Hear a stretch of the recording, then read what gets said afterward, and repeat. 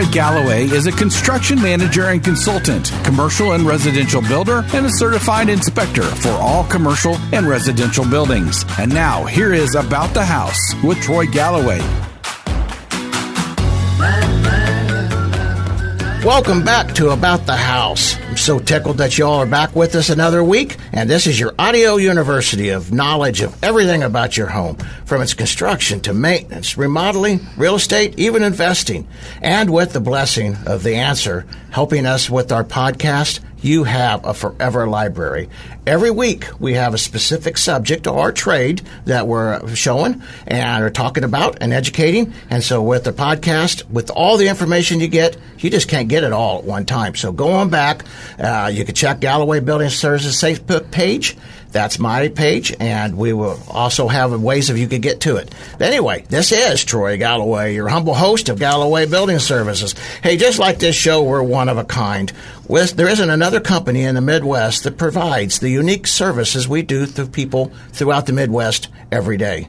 We help people with construction consulting. If you have any questions about your job being done right, give us a call. We do new construction inspections. We do commercial and residential inspections, as well as any construction conflict resolutions and expert witnessing if needed for litigation work. We've been helping folks in the Midwest for over I've been helping for 42 years. We've been in business for over 35 years. And thank you, folks, for listening to us. And we want to jump right in here. Before we move on, I better do this. I want to thank one of our premier sponsors, J&H Properties, real estate broker agents. They're large enough to handle all your buying and selling needs, and yet small enough to be sensitive. Always being there when you call. Never being passed off to somebody you might not know. You know, buying a house could be very scary.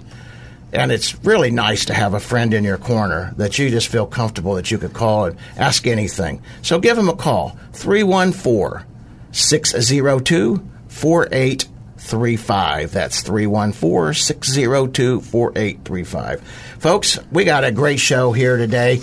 Especially, it's very seasonal. This is a good friend of mine, actually, Tom Millum. Tom is a HVAC expert, a leader in his industry. He does our gas inspections when we do whenever the clients or somebody needs it.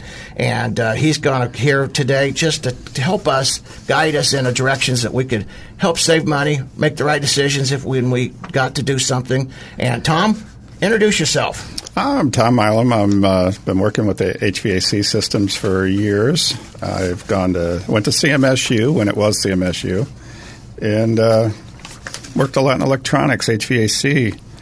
And I'm glad to be here to talk about some of the systems that are out there and how they work for you. That's great.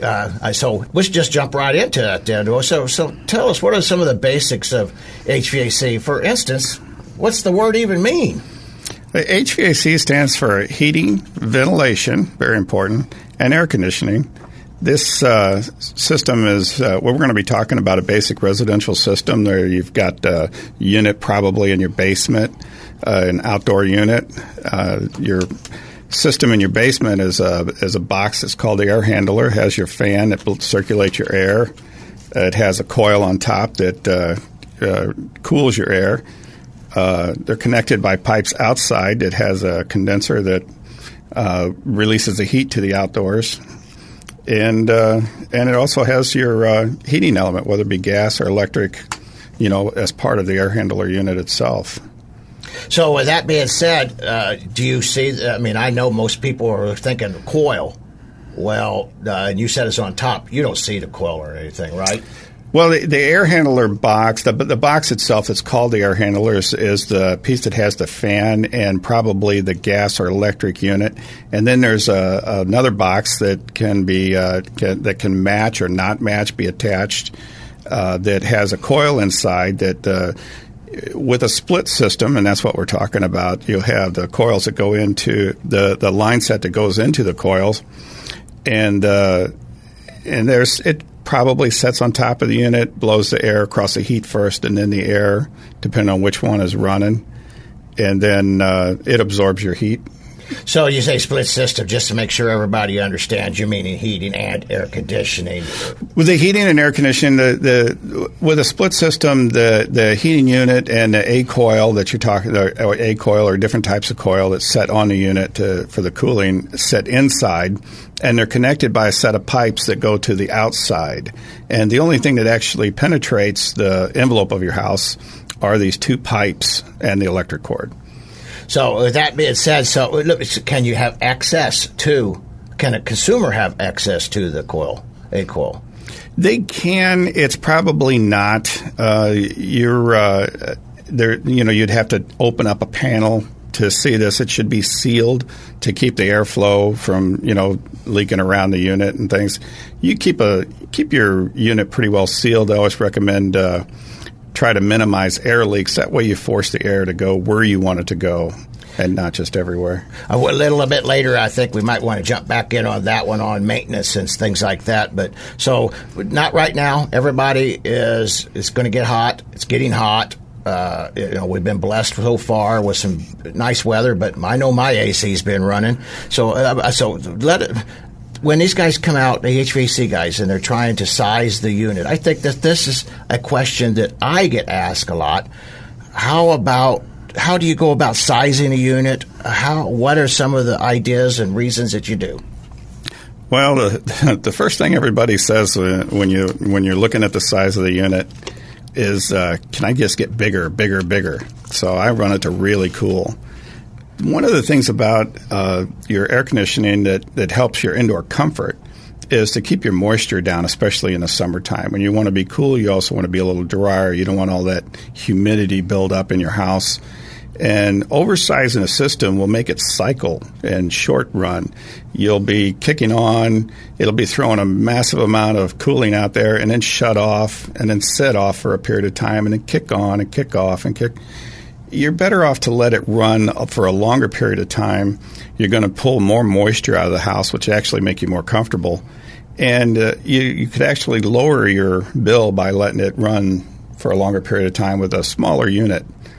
You're going to put the same amount of cooling in the house with the larger or smaller one if you're cycling with a larger unit or letting the smaller unit run a little longer.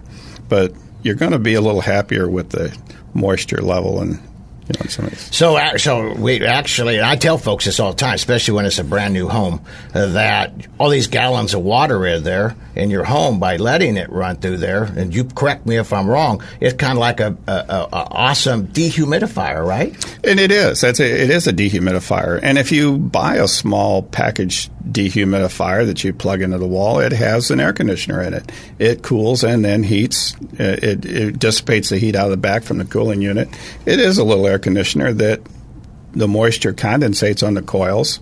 And that coil that you're talking about that sits on the air handler with the line set that runs into it, there's a drain hose that runs out of that coil, and that's where all that moisture out of your air is going. It condensates on that cold coil and drips off of that coil and right down into a drain somewhere.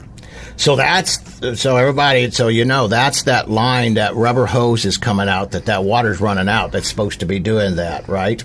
Oh, it has to be doing that. Otherwise, you're going to get a lot of problems with moisture.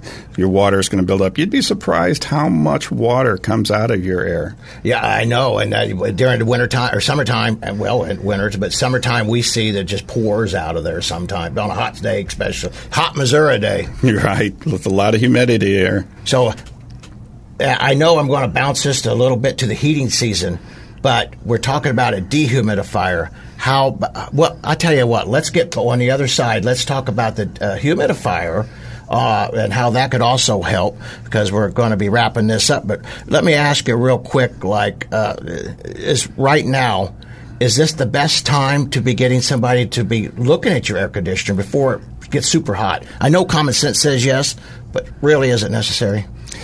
It just depends. It's always a good idea to make sure everything's running efficiently. It depends on if your unit tends to get dirty. If you keep it clean, change your filters. If everything seems to be running smooth, it doesn't seem to have any issues. you could roll the dice on that. If you have any concerns, or you just one of those person that likes to worry about your maintenance, you can have somebody come by and take a look at it, make sure it's clean and operating efficiently. I think that's some sound advice right there. I have to say that I've been guilty of not doing it. And sometimes it great, sometimes not. Like you say, roll the dice, hope for the best. Well, folks, hey, we're wrapping up this segment with my good buddy Tom Millum, and HVAC expert, leader in the industry. And we really got a whole bunch. We got a ton more information coming on this. So I want you to come on back, catch us. If you have any ideas or questions, now's the time to be thinking about writing them down, so you can go to either Galloway Building Services webpage and our Galloway Building Services Facebook page, and then ask the questions, and then we will get all these things straight to Tom, and Tom will take care of you. Tom loves to help folks. That's the wonderful thing about this fellow. Anyway, we will catch you on the other side. Thank you for listening. I'm really excited.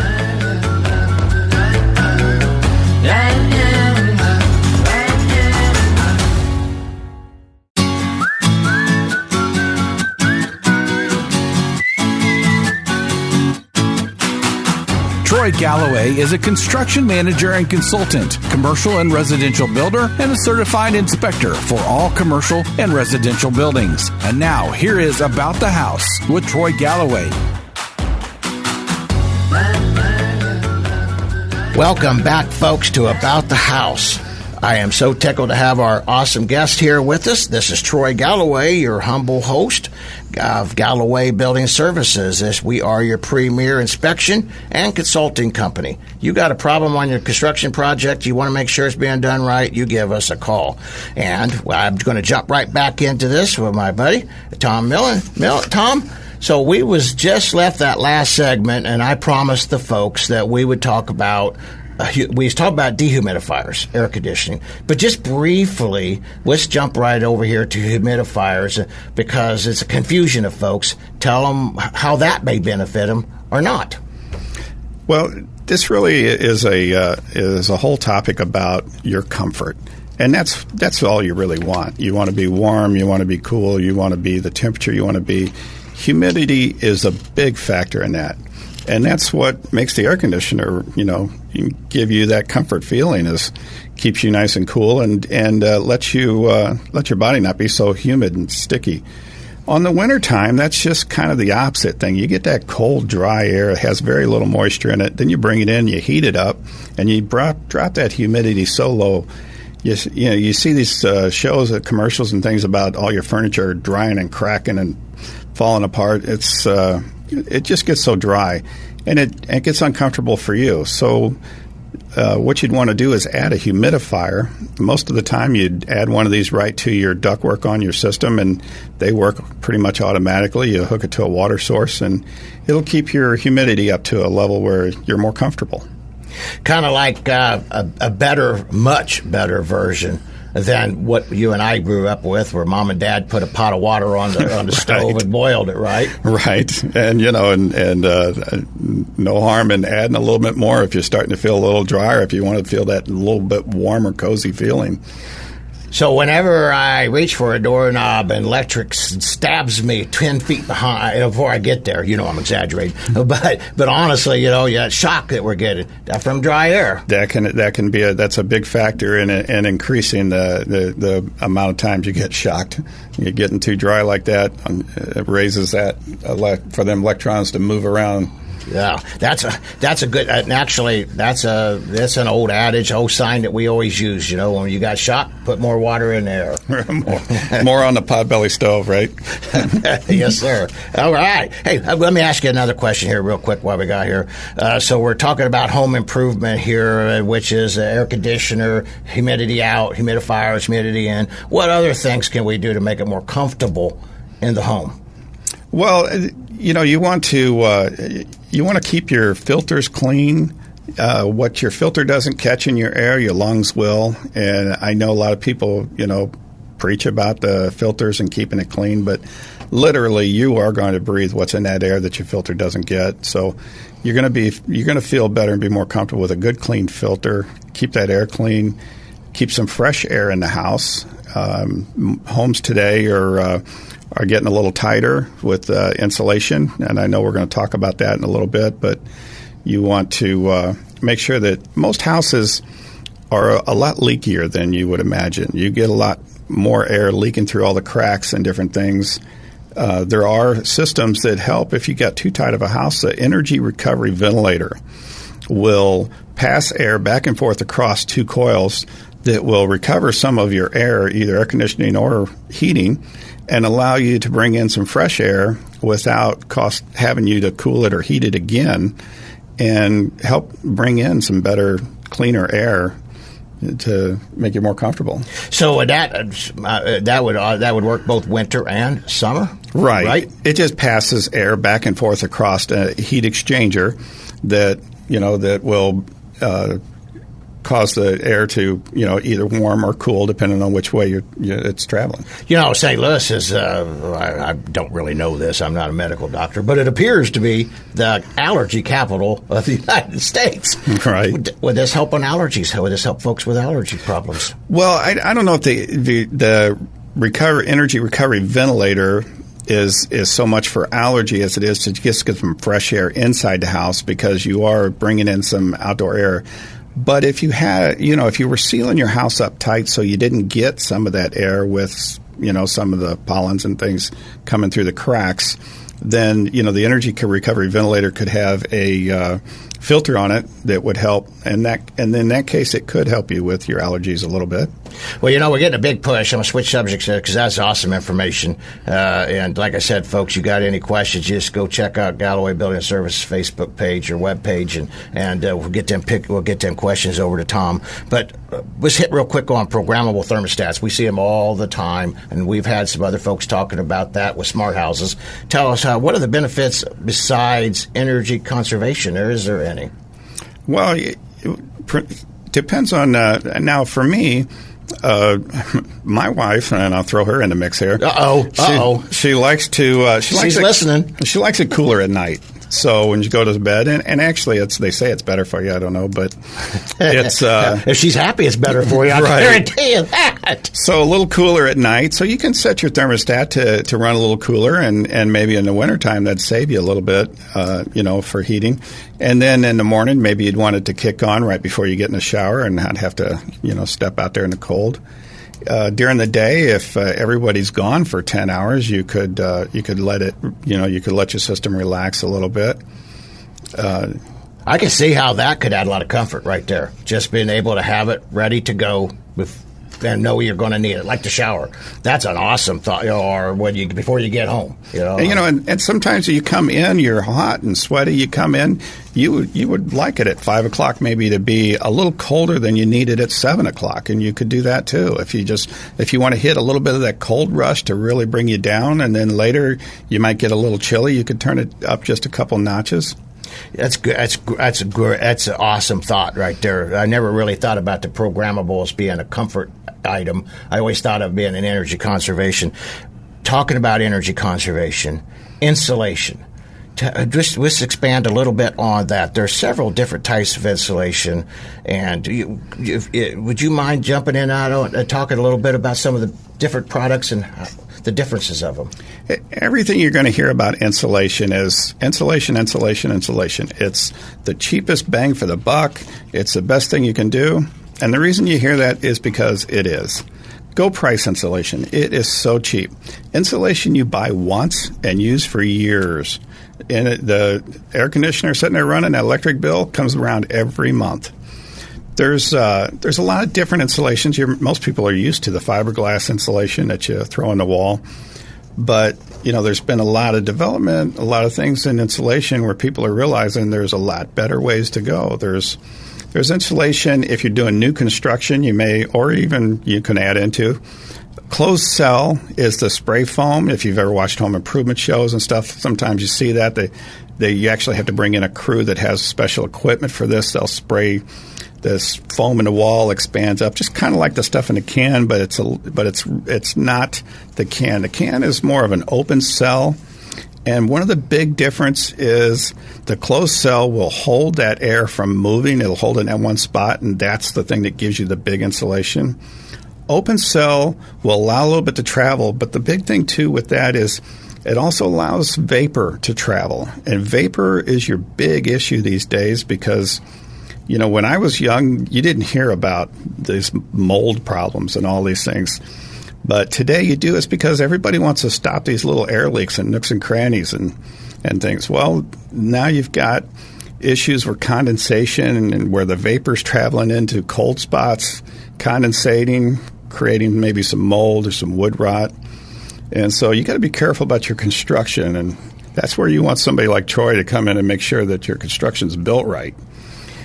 Well, and that is something that we talk about a lot, and and as a contractor over the years, I'm more guilty of using the rock wool for a fire stop because it's code. Rock wool is great. Rock wool will shed water. I mean, it is vapor, but there's so many ways to control your vapor. I love rock wool. Like you said, it's a good fiber stop.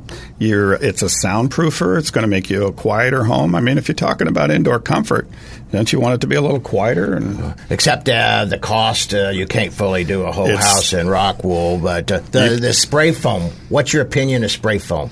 Oh, hey, we're going to have to jump out of this. We'll catch that on the other side. I just noticed the clock. This is Troy Galloway, your humble host of About the House. We'll see you on the other side, folks. I just got so wrapped up in all this information myself, I just forgot the time. See you on the other side.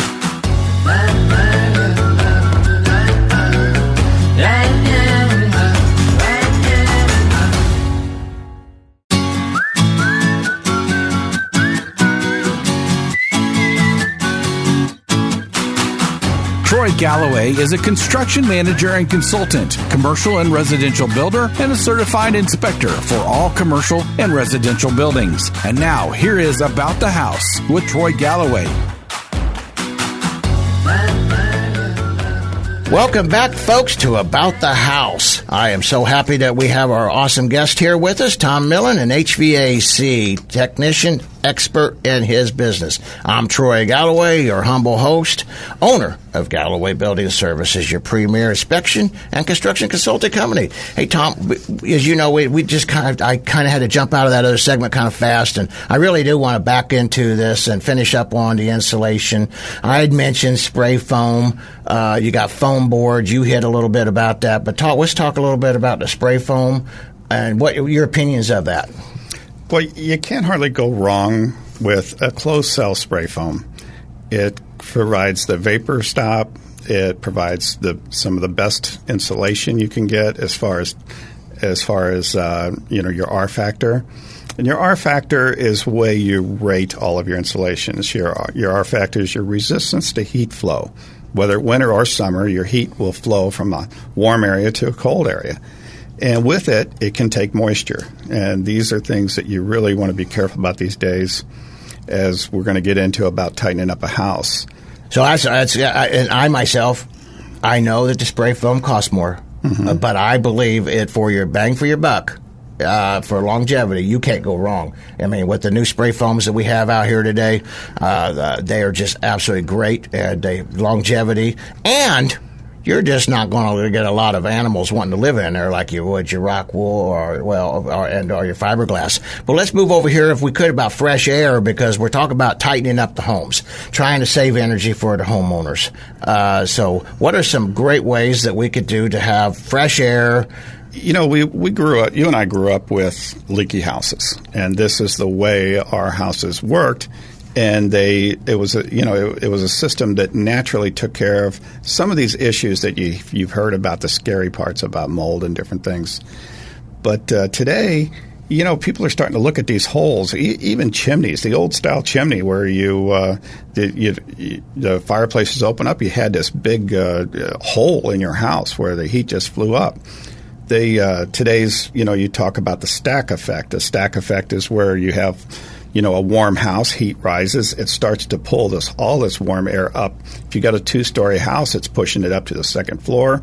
If it finds any cracks in your upper, your bathroom has a ventilation fan, and that could constantly push air out of those, and it'll draw it in around your rim joists, the basement, things like that, which people will go by and you could take that spray can of open cell foam, which you got to worry about your moisture on that. One of the things that they did start, I saw an article where they recommended you not put fiberglass insulation around your rim joists in your basement like you used to, because it would create a cold spot against the wood and cause you to condensate and create some problems there. I have seen that on several occasions when we're doing a termite inspection, when we pull that insulation off. So you'd recommend what instead of that replacement? Well, in that, and I'm not going to say that I can too far on that, but the things that I've seen on that, they recommend that you go with some type of a solid foam instead of an insulation that allows that air to go back there and condensate real easily. You could put in either the spray foam, or you could get some of the hardboard, which is closed cell, and put it up against the wood and seal it with some spray foam, or even caulking too. If you get it tight enough. Right, I see that when we do smart homes now, energy conservation homes. So this is what I got got my engineering degree in, was conservation building design, and it was very big into saving money, how to build homes. Well, we built them homes so tight that I'd get calls from people saying it's raining inside my house. Now, I know what happened, but if you're having that kind of effect, and I know some people are, tell them what it is what that's happening there real quick. Well, there's where you want to go back and talk about that ventilator too, because you want to keep some fresh air. Idea. You're right. Keep some fresh air in that house, because you don't want to be breathing the same air. You don't want to be.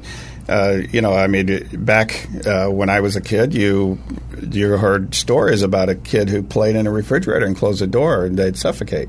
Well, if you're inside a closed house that doesn't get fresh air for 2 weeks, your oxygen levels are going to go down. Oh, especially when we got shut-ins. Right. And a lot of folks, they can't get out. So nothing wrong with a leaky house, but if you want to seal it up real tight, you got to check on your ventilation system. Got to be smart about it. Right. That's right. Like my home, I'll just use it as an example. It's a very energy-tight home. I burn a wood stove in it. I bring in outside oxygen to the stove for oxygen.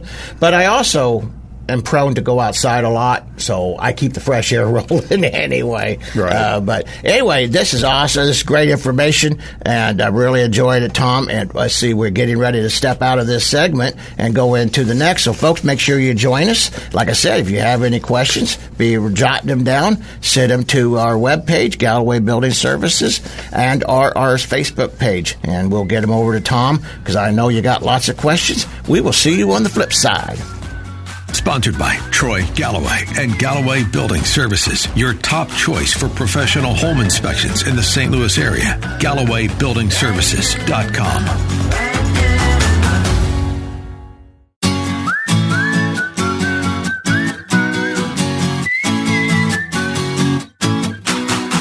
Troy Galloway is a construction manager and consultant, commercial and residential builder, and a certified inspector for all commercial and residential buildings. And now, here is About the House with Troy Galloway.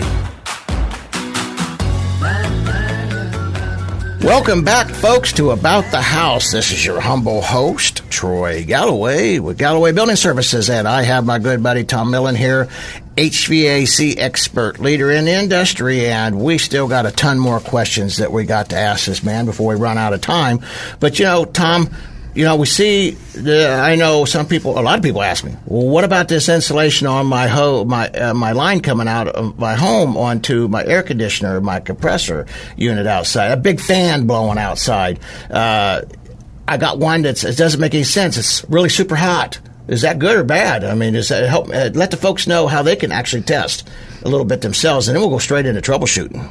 Well, that split system that we were talking about has the A coil on the inside that has that line set coming out of it with the drain that we talked about.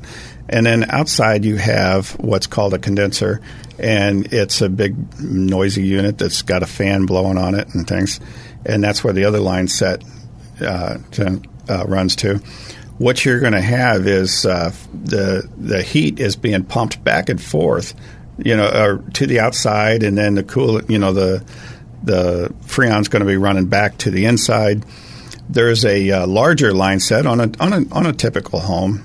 It's and that's the Freon that it actually boils inside that unit above your air handle in that A coil. And when it boils, like the boiling pot of water in your stove, it's absorbing heat.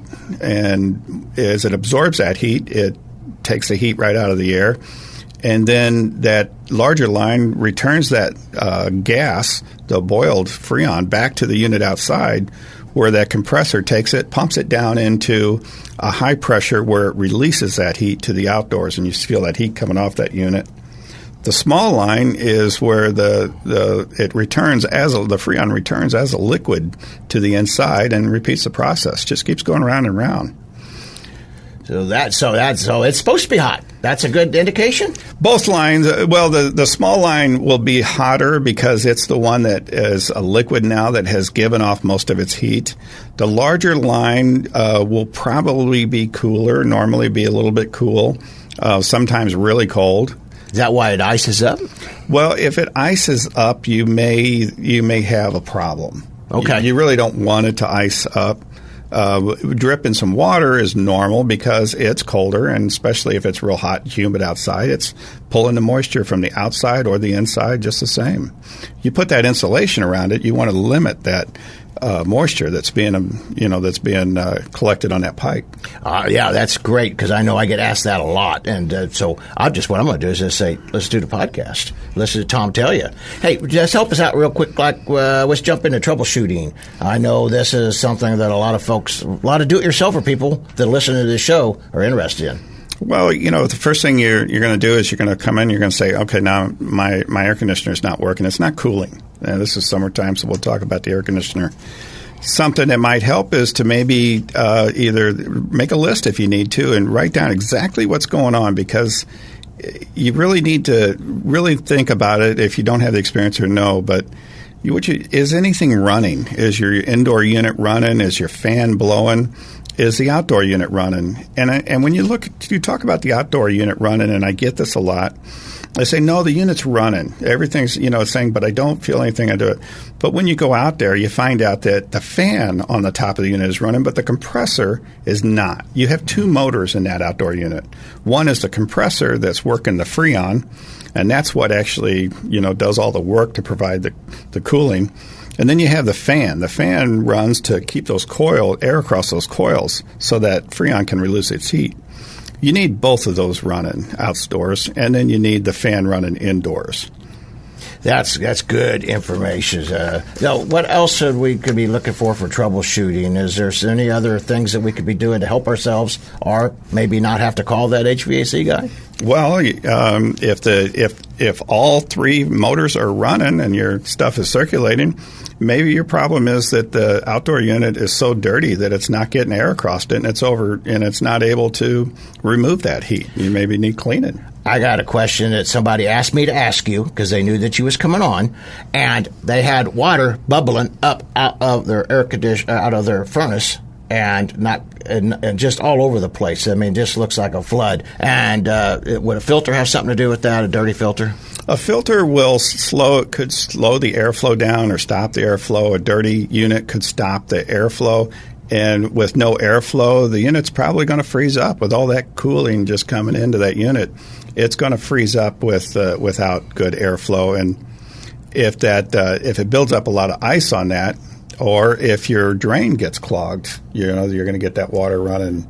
That's good. Right. And actually, that's another subject. When you come back again, I want to talk about that, our condensate line and, that kind of things, because there's a lot. Oh, go right ahead. Jump right in here. Well, when your thing freezes up, or your thing, the first problem, it's normally low on Freon. The second problem is airflow.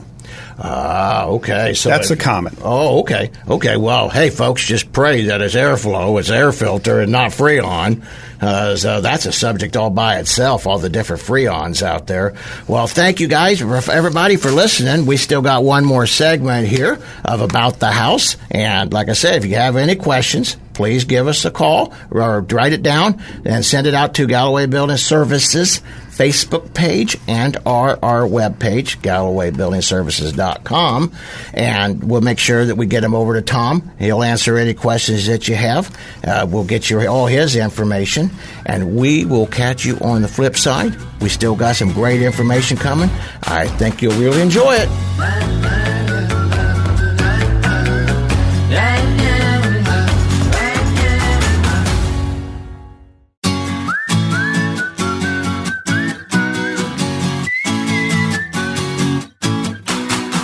Troy Galloway is a construction manager and consultant, commercial and residential builder, and a certified inspector for all commercial and residential buildings. And now, here is About the House with Troy Galloway. Welcome back, folks, to About the House. This is your humble host, Troy Galloway, owner of Galloway Building Services, your premier construction, consulting, and inspection company. I am so happy that we have our awesome guest here with us, Tom Millum, an HVAC technician, expert in his business. Hey, we are wrapping this up here. Tell us, what do you say about somebody that's be interested in getting into the heating air industry? I think if you want to make a career in HVAC, I think you'll be happy with it. It's actually a decent paying job, and I think you'll enjoy the work. But you have to be that person. You have to have a knowledge of construction, knowledge of electronics, knowledge of motors, knowledge of electricity, knowledge of freons. I mean, these are all things you'll get in school. Knowledge of gas systems. You'll need to learn a little about thermodynamics. And, that sounds scary, but it's really simple. It's, how much heat do you need? How much, can you absorb? How much, change of the temperature and the masses in the room? You need to have some knowledge of vapor and moisture. I mean, these are all things that you want to factor if you're going to do a good job for your customer. And it's a good job. It's rewarding. Sometimes, you get dirty. Sometimes it's just a technical thing, but it takes some time to learn because there are so many different issues and things that you want to work with. But you get to know a lot. You get to work with a lot of things, and it's a little challenging sometimes, and that's good.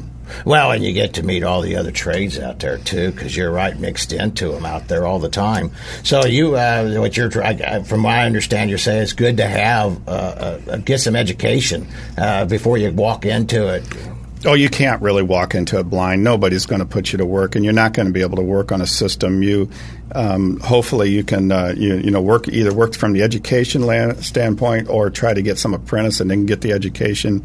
But there's some schooling involved, but it's an investment and it's rewarding. Well, actually we're blessed to be able to have in the future here Rankin Tech representative come in here and help tell folks about the different trades, and I know that's one of their biggest ones is HVAC, and so that's great. They're a company that can pick you up and put you right out in the field, and you can start making some money. Boy, and you got to do that. Oh, thanks, folks. This has been awesome. Hey, before we walk out of here today, I want to be able to thank our premier sponsor, J&H Properties. They are large enough to handle all of your real estate needs, and they are also small enough to be there to answer that phone when you need somebody. As you know, it's very scary out there buying and selling a house, and it's just awesome to know somebody on the other end when you talk. And actually, Tom, you know these folks. I have had personal experience with J&H Properties. I've worked with Ramona, who has sold us a house and is a great professional in the field. I never met anybody that was more knowledgeable in real estate. That's Ramona's top-notch in her field there. So I love working with people who I don't worry about. And she's going to be selling a house for us here in the future and maybe something else. She'll be happy to hear that. Right. Well, thanks so much. I appreciate it. Tom, you're going to have to come back. We're going to need you to answer a lot more questions. We're going to wrap this show up. But before we do, we are offering a free infrared thermal imaging testing from June to end of July. And we're going to do it every week to the 5th and 10th person that contacts Galloway Building Services webpage and our Facebook page. Just hit up there, say, I love the show, I listen to Tom, love to catch up on that infrared thermal imaging inspection. This is Troy Galloway, your humble host of About the House. We are looking forward to the next show. Thanks, and you have a great day. Sponsored by Troy Galloway and Galloway Building Services, your top choice for professional home inspections in the St. Louis area. GallowayBuildingServices.com.